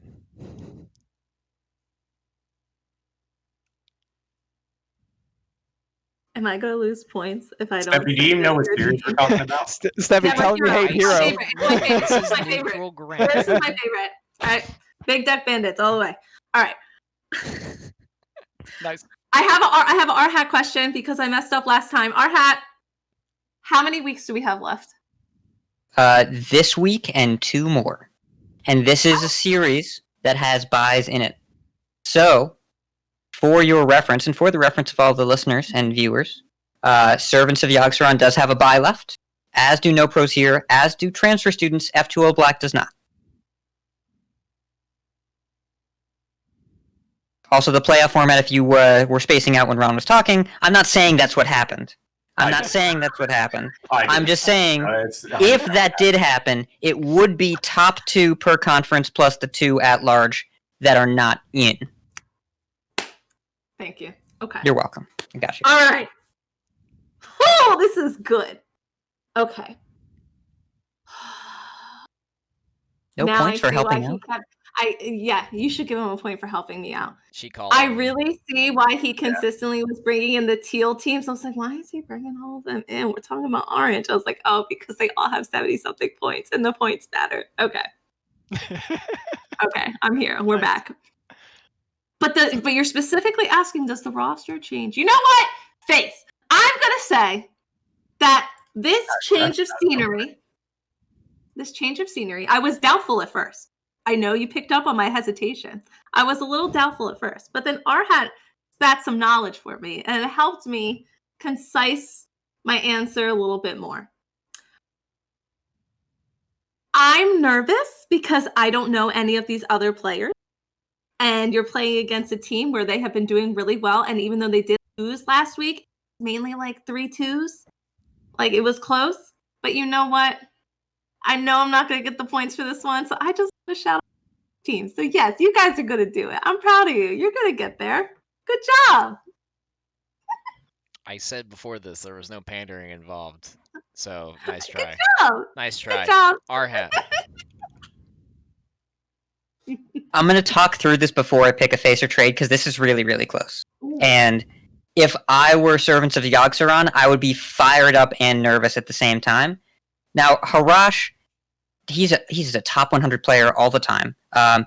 In the Ashes meta, when Control Demon Hunter was getting popular with Warglaze, he's like, can I do this with Shaman? Because he loves playing Control Shaman, which is probably why he's on the team with Mako.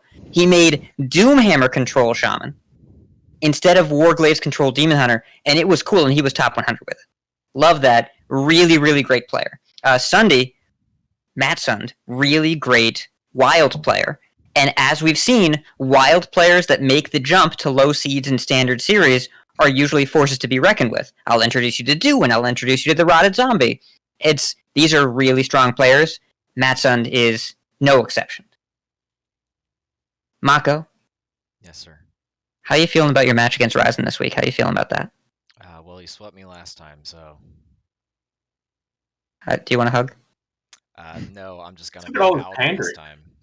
Okay. Banning Paladin, good idea. It brings a style of gameplay that is not healthy for the game. So, definitely a good idea to ban it. Voting in the past, Patriots fan. Let's talk about this question. I think this is a face, but you win with a top deck when you're at 1. I think it's really, really close. F2L Black is going to make it. They've got 3 full weeks to play. Because all of the competition is in Teal series between No Pros Here, transfer students, and what's that third team? Because all the competition is in the bottom half. Yeah, F2L. Because all the competition in the bottom half of the same conference, I think they're going to cannibalize each other a little bit. And that slim edge that Servants have, I think they're going to get in on the seed. I think it'll be the very last one because F2L Black will pass them just a little bit. But I think that'll be enough for No Pros Here and transfer students to fight amongst each other and be just behind. Fair and balanced, sorry. 1 and 5, I can't put faith in you now. Yeah, this is a face. This is a top deck lethal. And you unclench. BrushyTuna, you are 2 points behind tying for second place. You are 3 points behind facing Ron in the finals. Okay. You have the floor. You got this. I'm going face. And for multiple reasons. I do agree that F2L is going to make it because they do have 3 weeks. But every other team only has 3 matches left. Every other team only has 2 matches left. I think that your team will be a close match versus ATL, whoever wins. It's going to be close. ATL, it was close, kind of close last time. It's going to be close again. Okay? The other teams are facing their top competitors and Teal as well. So either it's going to be close for them or they're going to get beat big. Because I think the top 2 seeds in Teal are just way better than the rest of Teal. So I think those 2 seeds are going to help you guys out. Additionally, your final week is against the worst team in Orange, and that help you guys even better, it's a Donde-led team, which means they're going to choke, which means you're just going to come in, which means you're just going to come in and 20-point them.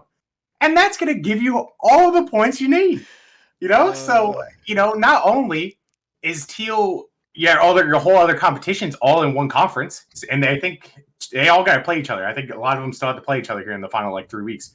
So they're all going to beat each other up. You're going to have a close week here against ATL, and then you're just going to crush Dark Side of Cthulhu like they weren't even a team. Like, why did they even sign up for Hero Series? Like, their team is just so much worse. It's mainly their captain and their 1 seed is just so garbage that, you're going to beat Dark Side of Cthulhu. They're having a terrible season. You guys get a lucky break there in the final week to face the worst team in Orange at this moment. So you do have the bye next week, but you're going to have a close week this week. Teal's going to eat themselves alive, and then you're going to sneak in behind F2L. Okay. Without a doubt. That callback sealed your points there. Oh. You're struggling there, but that callback did it. Okay. With that, we have Tuna versus Ron for our duel round. I made it. You made it, yeah. Stephieee, RHat, do you want to say anything before I throw you on mute here? I'm just honored to have the same amount of points as RHat. Okay. I'm glad I could be here to watch Ron and Tuna in the great battle of destiny in the finals. It's the final countdown. All right, let's not get a DMCA. Yeah, what she said. Stop. Too much. It's too much close to the original. You get 3 seconds. Yeah. It sounded the same. I'm going to throw Stephieee and RHat on mute. They will be back at the end of the show to say goodbye. And then until then, we have the Duel of a Century, the Duel of Fates. I would play the song from Star Wars, the music from Star Wars, but it's playing in my head, Mako. Again, don't want to get a DMCA. There is no food question, but I have one better, Stephieee, I promise. So, the question is Ron a boomer? So I got because that's an obvious answer. We have we have your duel round. Reminder, in the duel round, it is a 1-on-1, a 1v1, a duel, if you will, with Ron and Tuna. Ron did have more points at the end of our previous 2 rounds. So Ron will start, and then Brushy will go second, and then we will swap for question 2, and so on and so forth. We have 4 questions for you. And Ron, I'm going to let you start with question number 1. And we're going to start with the Pro Series. This is a very simple question. It's probably something you might actually address on Hearth Center, so I'm sorry if I'm stealing your thunder a little bit. But let's talk about the aptly named Popeye's Spicy Chicken Sandwich versus Faction. Who finishes this week in first place in pink? Well, fortunately, it doesn't totally steal my thunder for Hearth Center because we're a recap show, so we'll be talking about that. So I didn't know after it the PHL shows. Ron and I both equal to each other when you said that because I'm pretty sure we both thought the same thing. So I'm like, sorry. Yeah, I forgot. but no worries. Popeye's Spicy Chicken Sandwich versus Faction. That's awesome. I love that this match is happening, and it's happening at this point in time. And honestly, not only is Popeye's Spicy Chicken Sandwich going to finish in first place like they've been in first place literally the entire pink season, but they're going to sweep Faction doing it. This team is unbelievably good, and no hate to Faction, who's incredible, but Zabe is coming off a win over Heatshock. Heatshock had only lost 1 game in all of THL so far this season, and Zabe took him down.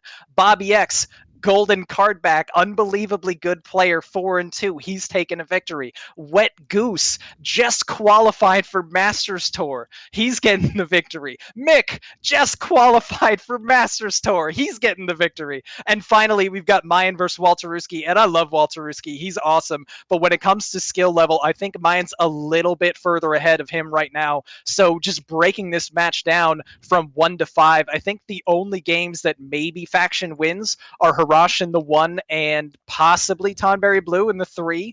And I mean, Tonberry Blue is a really good player and a streamer. He'd have to beat Wet Goose, who I got to give the edge to the guy who's riding the high of making Masters Tour. Like, these players are going to be completely on their game, hyped and ready to test these Master Tour lineups and figure out, how do I dominate the field? They are so fired up and ready to go. They're not losing their top spot. They've held it all season. They're like, it's not happening now. We got a 4-point lead on Faction.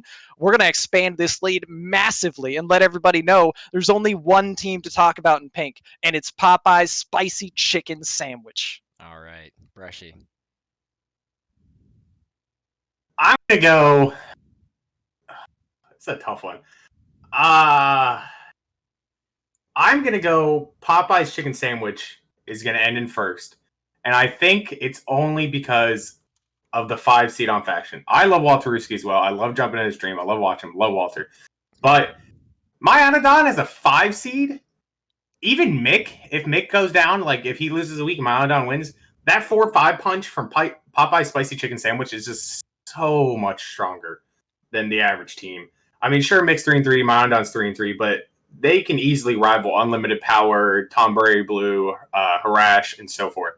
So I think because of the bottom half of Popeye's Chicken Sandwich, Spicy Chicken Sandwich, is the reason why they'll end up at first.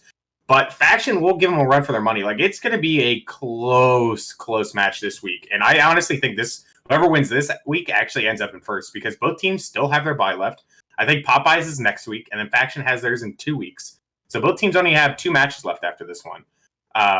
But, I mean, like, as Ron said before, and I'll give Ron a little props for this when we're talking about Harash and Hero, the man is absolutely insane. He is insane at Hearthstone, every aspect about it. The man he gets it, he understands, he's just so good at it. So like the 1 seed power level, I think goes to Harash, but overall I think Popeyes does just have the overall better lineup right now. I mean, qualifying for Masters Tours, just insane amount of players that have had insane amount of THL success as well. You know, a lot of players for Faction, this is their first season. They're doing fantastic for the first season, but I think coming down here for the final weeks, it's going to come down to the leadership of the people that have been in THL, understand, and they're going to take it. But I think this week's going to be very close, like a 14 to 12 week with Popeyes taking it. But I do agree with Ron that Popeyes will end up in first, but overall, whoever wins this week takes first in pink. All right. Thanks for the Masters Tour talk, because that's going to transition directly into the next question. So, Brushy, No we're way. starting with you for question number 2. That rhymed. BrushyTuna, were the positive changes to the Masters Tour enough? And when I say enough, I'm referring to the competitive drive of some of these, Masters Tour players. Positive in certain light, yes. I am very happy that DreamHack is taking back over the Hearthstone competitive scene for these Open Cups for this stuff, because they do more tournaments and they have a bigger reach. I mean, back in 2018, DreamHack Atlanta, there was like 60 plus THL people there alone, on top of like the 300 plus people there. Their reach, their sites, they have a ton of things outside of Hearthstone there. So in case you drop, it's just overall fun to go. So overall, am I very happy that it's DreamHack's taken over for that positive aspect? Yes. But do I think the point system of how they hand out points is horrible? Yes. If you go anything with 6 wins or less, you get 0 points total towards your qualifiers. You don't even get money anymore. It does make traveling for some of these players a little more difficult. You used to be able to go home with a 6-3 type of day and at least pocket something. So now, unless you think you can absolutely get those 7 wins or more, a lot of people are not going to travel to these because of that. Because like their safety net is now gone. Just absolutely gone. So sure, it's more exciting to see DreamHack take back over, but I think they need to fix their point system to help out, because it's probably going to hurt a lot of people that would travel those extra distances, not just the people that live within like a 4 to 5 hour drive of wherever the location is or where the event is. So I think until they fix that and give some points to the 6-win people, it's going to hurt attendance for a little while. Okay. Ron, what are your thoughts? Well, I mean, I don't know how much attendance is going to get hurt from traveling, from my chair back downstairs and then back upstairs for, all these online events. It happened for 3 years. So, I mean, I'm predicting COVID's not going to last another 3 years, but I get your point. Makes sense. Yeah, like I don't think it's enough. I don't think they've definitely started to make some steps in the right direction. But one of the main things is like the difficulty for like the broader field to be able to cash. The lack of points being awarded like for really strong finishes like 6-3 is ridiculous. I think Dead Draw was talking about like how completely awful that was. One of the most consistently strong players performance wise in any of these events, but like he so regularly got 6-3s that he would just get 0 points like across the board for his incredible finishes, which is just like a really bad idea. But overall, like it's good to see that they are shifting in the right direction. And I think just given a little bit more feedback and more people kind of like once they try it out and they see how it is and they complain about, hey, this is sort of ridiculous that this player who did so well didn't really get rewarded enough. I think they'll probably make additional positive changes that will shift us into a better spot. So it's not enough yet, but it's you have to view it as like a living document where, much like the digital format of Hearthstone itself, like there's always room to change this and improve this some more. So as long as we're vocal and we make sure that we let them know as a community that, hey, this is good, but there are ways you could make this better and do it in a non-toxic manner, then we might be seeing some really good changes in the future. It's just going to take time, like everything else. But they're almost there. They're just not making enough positive steps yet. Yep. And we would like to emphasize the non-toxic manner part of that. We don't want to see more Zeddy videos. Let's move on to. Right. Let's move Our on hat to. losing his stuff over there. Let's move on to THL. So we have one more. We have one Hearthstone / THL question, and then we have a random question left. And over the past year or so, maybe a little longer, I would say over the past year, we've seen a lot more top 200s into the realm of, competing in lots of Masters Tour, really high caliber players entering into the organization. So we're back to Ron to start. And Ron, my question for you is with these Masters Tour changes, and you just said you don't think it's going to be enough. Um, will we see THL become more of a competitive outlet for the Hearthstone community than it already is at the moment? Yes, absolutely. I think we will. THL keeps picking up steam. Honestly, I'm just seeing more and more. Like since I entered THL, which feels like a lifetime ago, but it was only like 2 years, maybe less, that I've been in THL. It's been insane how much we've already grown in terms of competitiveness. We just get this constant influx of insanely strong players. I mean, Wild Series picked up an actual GM in Rami too. It's been blowing my mind, and just the way this community is, we all talk to each other. People have Twitters, they broadcast things. The radius, I guess, of influence keeps growing and expanding, and that's something that will just continue to happen. And if people get frustrated at all with the competitive outlet of Masters Tour, which seems very likely to happen with the changes not currently being quite enough yet to satisfy people, I think people are going to come in and try to scratch that competitive itch some more. And THL is an amazing place to do that. You already have a lot of incredible high-level streamers, recognizable names who play in THL on a week in, week out basis, and it's a like a breeding ground where people can get stronger and stronger, learn how to play, have interactive team environments that like really educate you on what to do and how to bring an appropriate lineup and cross different series too.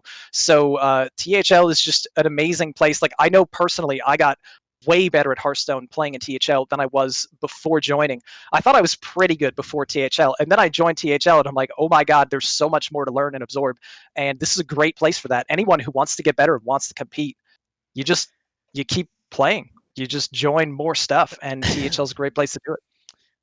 Brushy, I gave you a point for your reaction face whenever Ron said he got better. Amazing.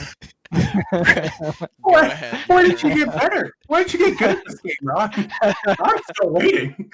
I hang out with you the most playing Hearthstone. I'm still waiting to see when this is going to happen.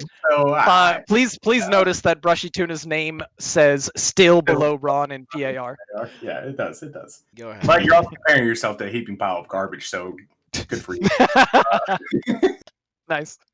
But let me talk about this competitive itch that Ron discussed. Let me talk about the competitive itch that THL scratches that just about nothing else for the current time frame is scratching. That's BGs. The most watched thing on Twitch for Hearthstone, BG's content. The most watched thing on YouTube for Hearthstone content, BG's content.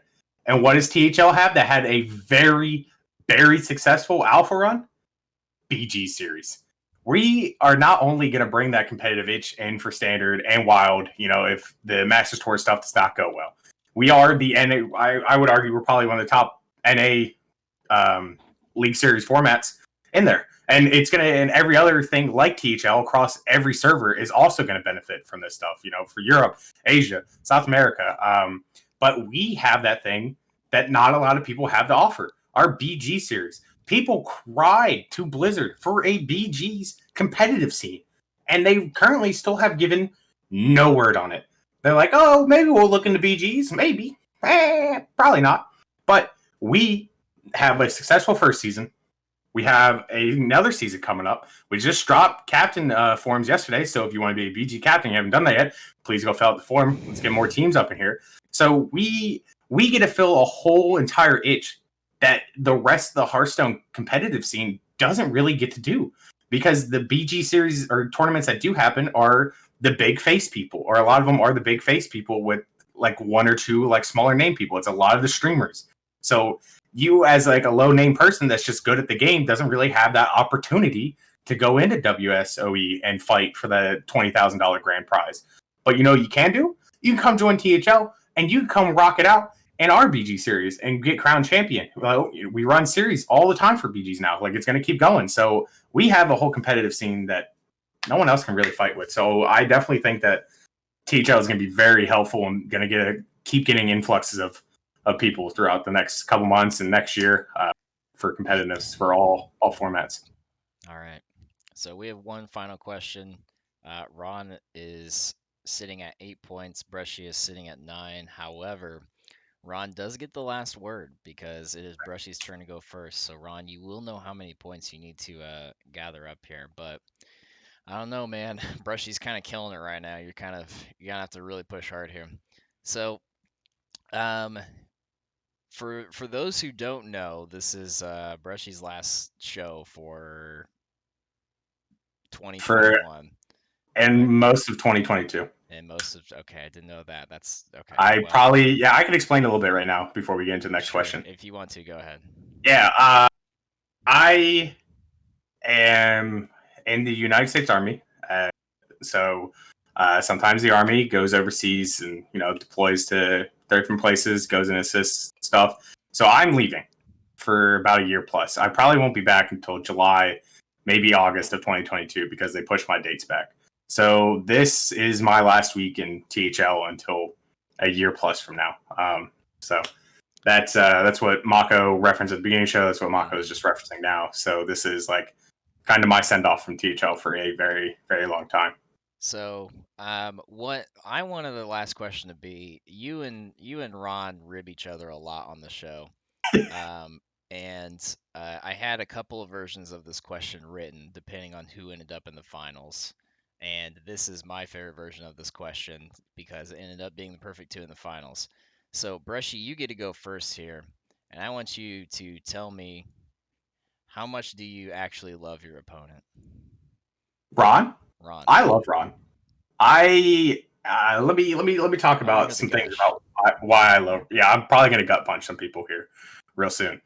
I struggle from some things. I'm not gonna go into deep. I posted in Discord a while ago about some of the things I struggle personally, and I had a massive problem one night at like 3 a.m. and I couldn't reach anybody. None of my other friends would pick up, but I called Ron, and it was so. Hold on. It was so helpful to me.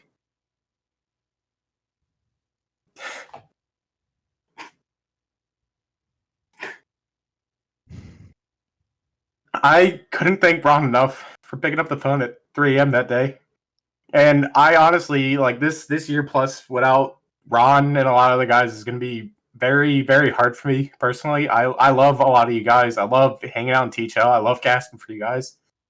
But, I mean, I rib Ron, but Ron knows deep down, like, we hang out all the time. We hang out until 4, 5, 6 a.m. most days. I would consider Ron almost a brother that I've never met in real life. I mean, I absolutely love Ron, and there's just so much that I couldn't thank Ron enough for, and I really appreciate not only THL for letting me know Ron, but I really appreciate Ron and even Michelle, his partner, for a lot of things that they've done to help me and help other people all across THL. So I love Ron. I do. I really do. I give him a lot of shit, but I give him shit out of just pure love, and he knows it. We know you don't give him shit. To actually give him shit. Well, maybe. Ron, you're up. I'm actually dishing out points here, by the way. Someone's like, why didn't Tuna get any points? Yeah. BrushyTuna is easily my best friend in THL. Why you gotta get so emotional at me, bud? I'm sorry, dude. It hit me out of nowhere, man. I really didn't think it was gonna get that emotional, but I thought about that one night, dude, and it hit me hard. Like, I'm gonna miss him a lot. For those of you who've watched us like over the past bunch of time that we've been doing this, like if you can't tell that we love each other, like you're really not picking up on anything here, because nobody shit talks each other more than two brothers who just love each other to death. And BrushyTuna is amazing. I'm gonna miss him so much when he's gone. I hope you stay safe, man. And I think we should give him the win for tonight. I mean, he's got 9 points. You only have 8, man. You didn't get any points. Yeah. What the hell? I don't want to get any more points. I want BrushyTuna to be the winner because I wasn't giving out points. I wanted to give you 2 as a minute. Yeah. Yeah. So Brushy, you are our winner. Let me get this stupid hat off of our hat's head. It looks. I'm already wearing a hat though. We get hat. It's hatception time. Actually, it's fucking. There we go. Hatception. Oh, I didn't transition it. Oopsie. Okay. So with that, we have our lethal. Let me get a little snippy snip, a little copy paste. I'm just gonna do a little jig as I get this going. And there we go. All right. Okay. Perfect. Brushy, you have the floor. You got about 30 minutes here to 30 minutes. Jesus Christ, no, I'm tired. Jesus Christ, do not let me talk for 30 seconds. You got about 30 seconds here. Go ahead. Yeah, sorry for getting really emotional right there, THO, but it hit me hard. I wasn't ready for Mako to ask a question like that. And but anyways, I do love Ron. I do love everybody in THO. I love doing all this content inside of house for everyone. I love being able to bring these matches and all this great, amazing things for you guys week in and week out. The player of the week stuff. The whole revamp of content, all these match shows, even the THL anniversary tournament, like all these side tournaments that we do, the main series that we do. I absolutely enjoy being here. I absolutely enjoy talking to every single one of you in chat and in Discord, just everywhere, getting to see you guys stream, see you pick up on streams like your own streams, seeing y'all on our Twitch chat whenever you're here. But I am going to miss the living crap out of every single one of you guys in THL overall. It's going to be a long year for me. It's probably going to be a lot quieter year for all of THL since you won't hear my yelling self at the beginning and ending of shows. I think Stephieee can take that spot for you. Yeah. I mean, she is my co-caster for DG stuff on Sundays, so she definitely got that filled. But but I am gonna miss everyone. I'm glad that I got to make it onto one last Saloon before taking off 7,786 miles away. But I'm really glad that I had this opportunity, and I'll see you guys next year. I got to be back to remind Ron how much he's not good at Hearthstone. So don't worry, I will be back. I think we could do a Ron versus Brushy show match when you get back. Just the two of us just yelling at each other. We can do an There's no content. in-call Ron versus Brushy show match where you can Hey, watch we it did a while we did you're a doing it. casting for like 12 hours together. I think we can fill an hour. Leave my gurgling. Can Michelle Anyways. cast it? Oh my god. Yes, but she doesn't want to be on camera, so she has to be like off camera. We'll get Yeah, like, yeah, no, she'd have to no. just be audio. We'll figure it out. I can be the face, and as she's casting, I can move my lips to what she's saying. Will that work? Good luck. Go on. Yeah. Good luck. Good luck. With that, everyone has been unmuted. So the floor is open. It is not closed anymore. So Stephieee, RHat, welcome back. RHat already knew he was back because he already started talking. So You picked the loudest 4 people. What did you expect? Yeah, I expected nothing less. Good. I felt like I was wrangling children half the time, trying to talk over all of you. Well, I am a giant child, so I mean that That's makes fair. sense. That's fair. RHat, Stephieee, anything you want to say? You've been kind of, muted for about 10-15 minutes. All right, you want to go first? No, I don't. I want you to go first. Bet again. No, I don't. Oh, I was just gonna say that it's like it's moments like these that make me so happy that I'm here and back in THL, and it just helps me. All of us, every single person watching this, has that same feeling of knowing that they've met somebody who has changed their lives for the better, and it's all because of this organization. So thank you, everybody here, and thank you for those that are watching now and are going to be watching later or in the Discord, because you've all positively impacted somebody's life for the better. This is THL. What we saw here tonight, this is THL. This is why it's special. There are a lot of reasons to like THL, right? You don't have to spend all weekend in a qualifier. You don't have to fight with admins over it. You get to hang out, and it's a social environment. You get to hang out with your team, but you meet friends in THL that mean something to you. You build relationships over time that mean something to you, and we're all here because of the game, but we stay here because of each other. And watching 2 grown-ass men cry on camera is one of my favorite parts of THL, because these are the kind of relationships, this is the strength of relationship you build. It's fair. It's fair. Yeah. So, you don't have to rush back, but we'll see you brushy sooner. Huh? Oh no. I want to mute Can we him give him so negative bad, points but I next would time he kind of feel starts? bad about it. You know what? No, you're right. Let's. I think he deserves this. Yeah, Hat, you started that out so well, and then you ended just That's kind of my even move. better. That's kind of a move. Nice. I liked it. I did get a lot too, but Anyways, yeah, I'll give him the negative nice. the negative nice. With that, we are going to call the night. I won't say it because I don't know if anyone's gonna take it over. Anyways, I won't be back next Monday.